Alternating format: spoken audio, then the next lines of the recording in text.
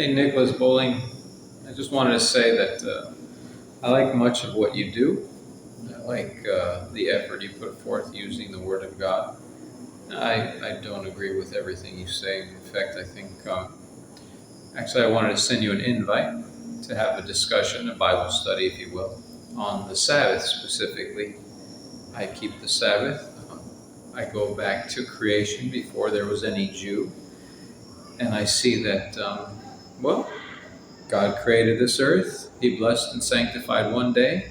It's very simple. You can read Genesis chapter 1 all the way to 2, verses 4, chapter 2, verse 4, all the way to the end there.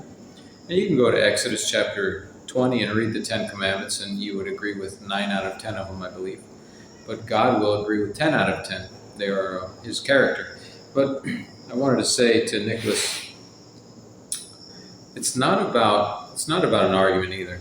I think it's more about, why don't we study this in depth? Because, the simple argument for that and the simple understanding is God declares the end from the beginning.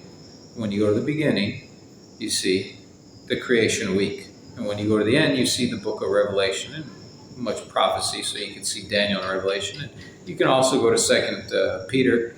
God specifically says, or speaking through the prophets, he says, one day for God is like 1,000 years.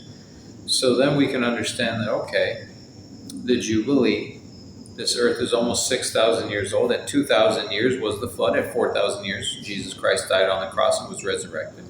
He resurrected himself with his power. He laid down his life and raised it back up again. Now, divinity cannot die, but humanity can die. And he took our form, sinless and perfect.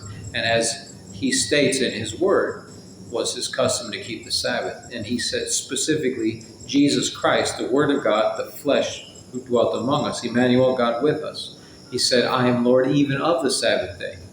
And so now we get to the end, and you can go to Revelation chapter 20 and read about the 1,000 years that we're going to be in heaven, and this earth is going to be empty. Now, that's the Jubilee. So God declares the end from the beginning, and we can see it. And so those who keep the Sabbath here on earth are preparing themselves, not just the Sabbath, because Jesus was very clear. If you break one of the 10 commandments, you're breaking them all. So, when you whittle it down, it's very simple. If you love me, keep my commandments. Jesus said, in fact, I believe this is in 2 John, it says, he who says that he loves me and keepeth not my commandments is a liar, and the truth is not in him.